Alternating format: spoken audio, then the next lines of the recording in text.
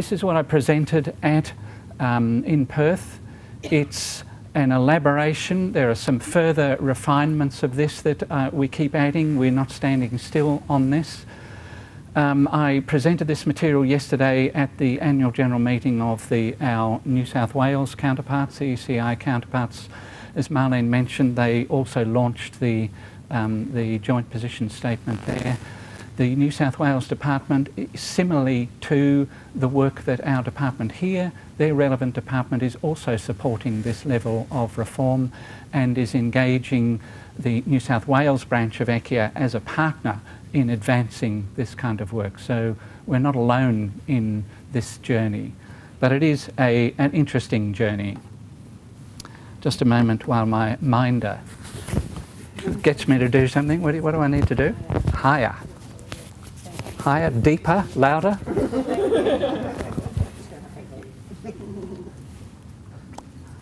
Okay, the latest version of the presentation that I gave is available on the conference website and also on our centre's website. So this is the full box and dice with all the references and more material that is in there. So if you want to refer to that, that's where you get it. I'll put it back up afterwards, after this presentation, if you need to take the details down. This is what I covered in the actual, and I'm not going to try and do all of it here because there isn't time to cover it. So I started from how children with disabilities and without disabilities learn. And the key lesson from that is they learn from the environments in which they spend their time, and that we therefore need to be concerned about the quality of those environments. Children with disabilities do that just as much as do children without disabilities. Also, there is some discussion in the paper about outcomes, and that looks at all sorts of issues around capabilities and quality of life and so on, and arrives at a statement of what we think the outcome might look at, which I'll share with you. But I'm going to start halfway in, as it were, with the rationale. And so as I will show, that we're not alone in doing some thinking about this. There are other people like Robin McWilliam who would come up with a similar argument. So would people like Carl Dunst would support the notion that this is the direction that we want to move in. Okay, so the rationale. One of the key features of development of children with disabilities and other children is that their ongoing learning depends upon the nature and quality of their environments in which they spend their time. When I'm using the word environment, I mean the relational environment, the people, not just the physical place, but the opportunities they have for learning, but the people they engage with. Initially, children's main learning environments are, of course, the family, early childhood programs and community settings, which play an increasingly important part as they grow older. We work with the family in the early years particularly, but as children get older, these other opportunities open up. And the key point to notice about that list of key environments is that they don't include specialist services, such as those that we provide, because children spend the majority of their time in home, early childhood and community settings, not in specialists. Things change when they hit school, because there, as a society, we fund a program which occupies children during those hours. We don't have anything that corresponds to that as a legal obligation on both government and the community in the early years. While early childhood intervention providers play an important part in supporting children with disabilities and their families, they have a limited role in the everyday life of those families. With existing caseloads, we have limited time to work with them. And of course the real message is that that's not going to change. We're not going to suddenly get a huge amount of government funding that says you can now run programs. If we did, the situation would be different. We would be providing the environment, but we don't, and it's not going to happen. The government's priorities are obviously on things like the provision of 15 hours of preschool and making childcare affordable and so on. So the mainstream services, early childhood services, are much more where governments are focused on. The 1 or 2 hours a week or whatever it is that we're able to provide may constitute as much as 3% of the child's waking hours. So the bulk of the child's learning occurs between home visits, not during them. Very important kind of question. So the question is, what is the learning that's occurring at those other times, and how can we support it? So what are the implications if we then take that on board and think about what our job is? What's early intervention about? Well, it's usually been defined in two ways. It can either be defined as the provision of multidisciplinary services. That's how we usually provide it, define it.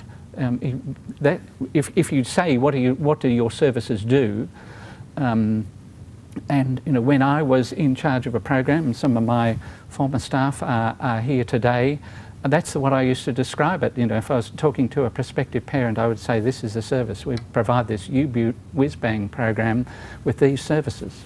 That's what we do. An alternative way is that early childhood intervention involves providing children with experiences and opportunities that promote their acquisition and use of competencies that then enable them to participate meaningfully in those environments. And the difference between these two definitions is not just a matter of emphasis. It's got important implications. If early intervention is defined in terms of providing children and families with services, then the emphasis will be on the nature and the quality of those services and on changing children's behaviour directly rather than on changing their learning environments. So the emphasis comes on the service, becomes a service provider kind of model. On the other hand, if we define it in terms of providing children with experiences that promote the functional skills that they need in order to participate meaningfully in those environments, then the focus will be on providing families and other carers with, so as that they're able to provide the children with those experiences. In other words, the aim will be to ensure that their everyday learning environments are optimal. So seen in this light, here's the outcome that we want to aim at, or the description of early childhood intervention. It's parents and other caregivers are able to provide young children who have developmental disabilities with the experiences and opportunities they need to promote the child's use of acquisition and use of competencies, functional skills they can use in the everyday environments in which they spend their time, which enable them to participate meaningfully in the activities, whether we're talking about the family activities or outside the family activities or in the community or in early childhood programs. The term environment refers to more than just the place, it refers to the people as well. So our full framework, which is built up progressively in this full paper, so I'm jumping straight to the full model, looks like this. So here's our ECIS team, and here they are working with the family, our traditional focus on child and family. And we've got these other three environments in which they might also be involved. It may vary from child to child as to what the environments are, but whatever environments they spend their time in, that's our target. We want to make sure that them. And the key thing here that we're trying to do is to ensure that children get multiple opportunities to practice the things they need to practice in order to be able to become fully functioning members of our society. Multiple opportunities. They only get infrequent opportunities when they're with us. And we're counting upon our ability to change them in ways that will then transfer. There's not good evidence for that as it happens. Varies across our different strategies. But if we're relying upon that to make the difference in those environments, we may be asking for trouble. So we've got these three environments and the child in each of them, and that's our work really has these three focus. What this model also shows is that in every case, the family itself has a background. It's got things that are happening in its own life. It's got issues that may be to do with housing or social support or those kinds of problems. So it's got background factors that may interfere with the family's ability to do what we want them to do. There are also services that can support the families. We need to be able to ensure that those background factors are managed in such a way that they don't compromise the family's ability to do what we want. So therefore it means that our agencies have to link up with these services. Similarly, early childhood settings work in a context. The context here consists of the policies and funding, social attitudes of families and societies, etc. And there are also services, inclusion support services, that are playing a role in here.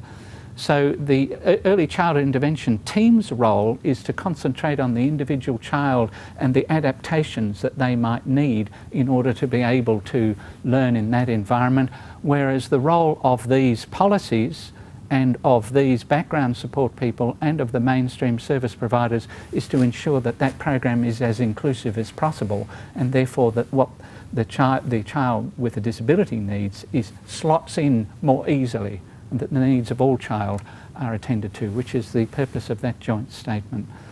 Community settings also, there are policies and fundings and attitudes which shape what happens in communities, in libraries and swimming pools and in the transport that's available, and so on. And there are, and those are maybe state or they may be local government.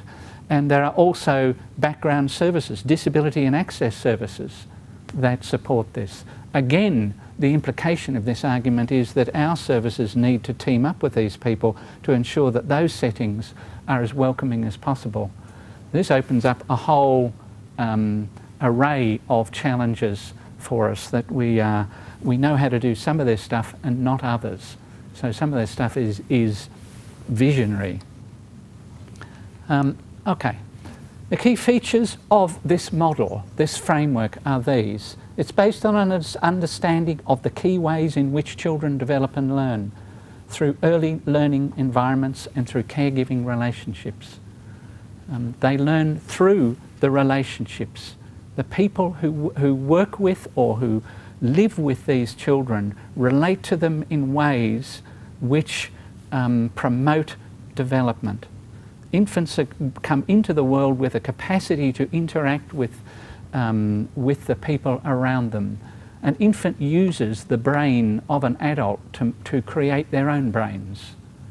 They are interacting the whole time, and we need to be able to capitalise upon that and to ensure that anyone who interacts with a child knows how to do that with that particular child.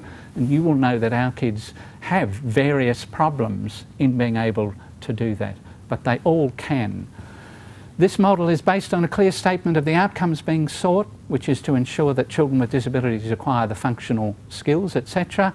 It recognises the limitations on what early childhood intervention professionals can achieve directly, and the importance of them working with and through those who spend most of their time with the child. It recognises that the environment in which the child spends their time constitutes a setting for early child intervention. Those three major environments are where early intervention occurs. That's what the implication is.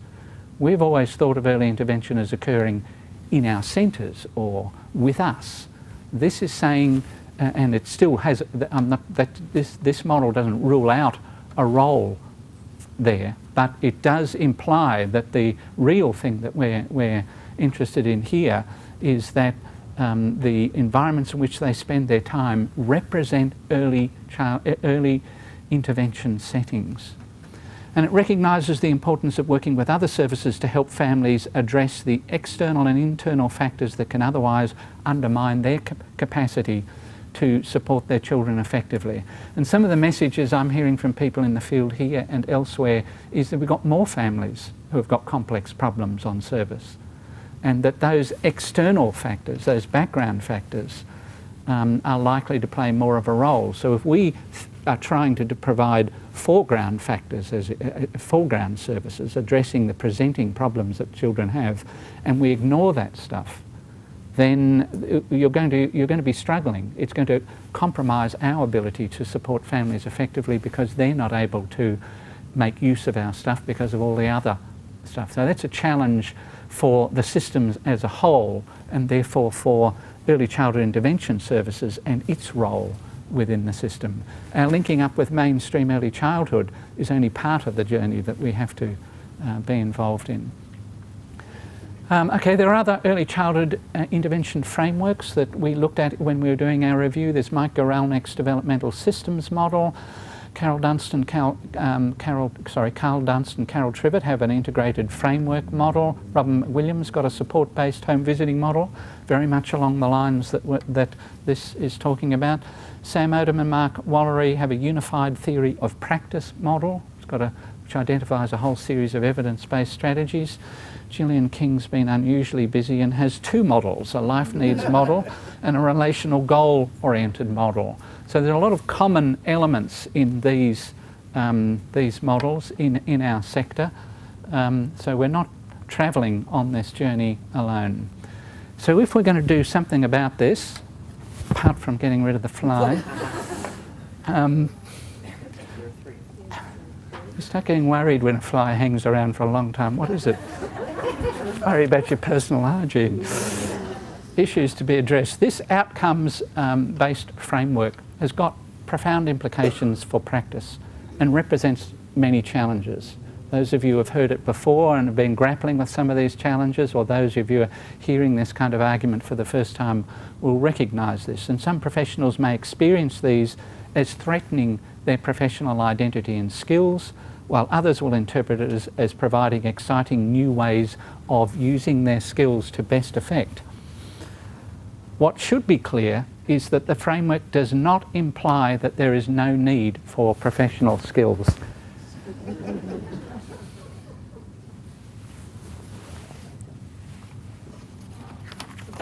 Excuse me.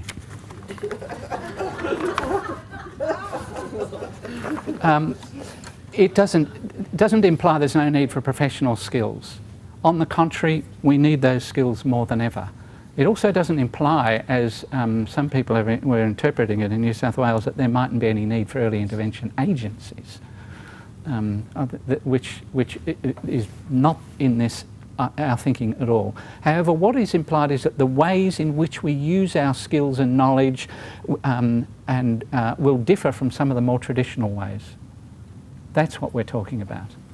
It's not, you already do whole elements of what this logic is, program logic is about. So it's a matter of strengthening that.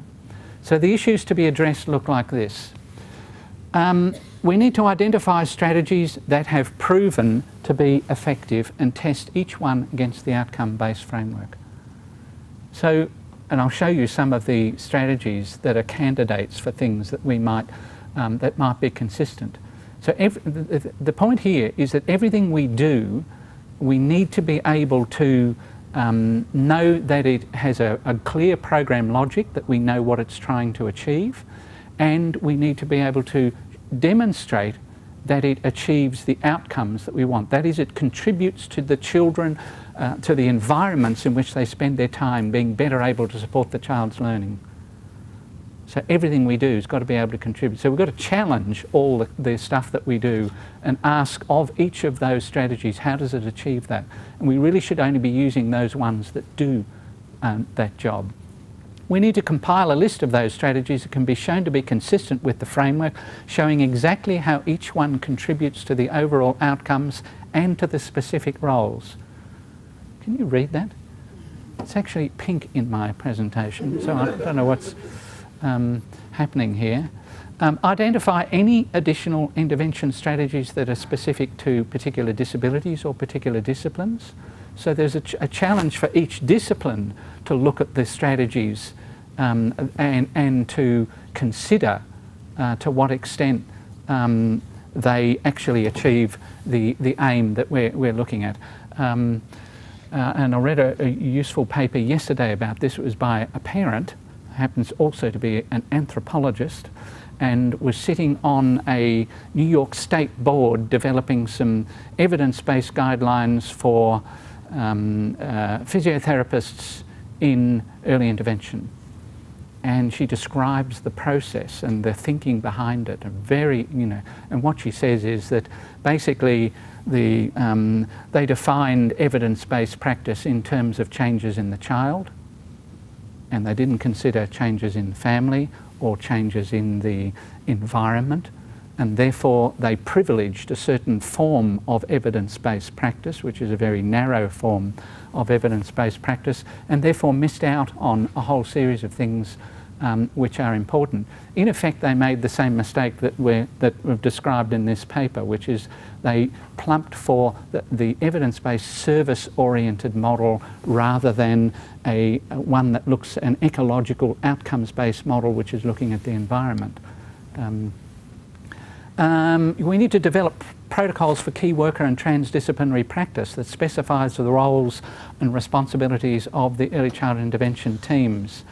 The transdisciplinary stuff is, in our discussions that we've had with people around the place, is that the transdisciplinary stuff is the one that catches everyone up.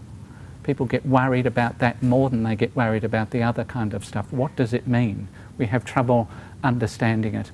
And there are some answers to that. My vote is to put it aside so that we don't put it off the table while we concentrate on the other stuff and get that right and think about how the transdisciplinary stuff. Review the program logic and research evidence for the efficiency and effectiveness of centre-based group programs. I had a big discussion yesterday with the New South Wales people about centre-based programs. Does it mean we shouldn't do them? It doesn't mean we shouldn't do them, but it does mean that you have to ask of a centre-based program, in what way does this contribute to supporting the environments in which the kids spend most of their time, so that those people in those environments can actually give the kids, etc. Now, if we can demonstrate that centre-based programs of different kinds can do that, then they become part of our armoury. But we've got to consider that against what we might be doing in home-based programs that might more directly achieve that aim. It's a challenge. It's an open question, not a given. Implications for practice. The outcomes-based program is a framework. It's got to be populated with evidence and with practices. So we haven't got that yet. It needs to be populated with evidence-based strategies that are consistent with the aims and rationale, and strategies that are not consistent shouldn't be included. We'll have some strategies that are evidence-based that achieve outcomes that are undesirable, or that achieve outcomes effectively in a way that is undesirable. So we want to be using those programs that are consistent with this framework if we agree upon that as the outcome. It's not enough that things be evidence-based.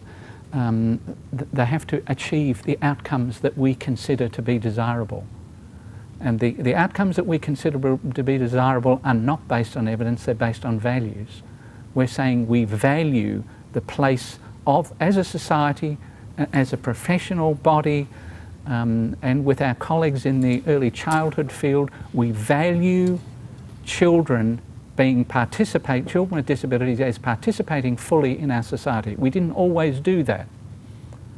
In previous times we have said no, they should be catered for in separate places, in institutions and so on. So our values as a society has changed. Now, if we were to come up with some strategies, what might they look like? I'm just grabbing some stuff here. Building on children's interests. We've had some stuff in Victoria from Carol Trivett talking about this particular evidence-based approach. Parent-mediated everyday learning opportunities, how parents can actually act as people who are able to mediate children's learning. Community-based everyday learning, response contingent learning, being good observers of children and being able to respond in real time to their needs, etc. It's the same kind of skills that a good early childhood person uses in childcare and so on.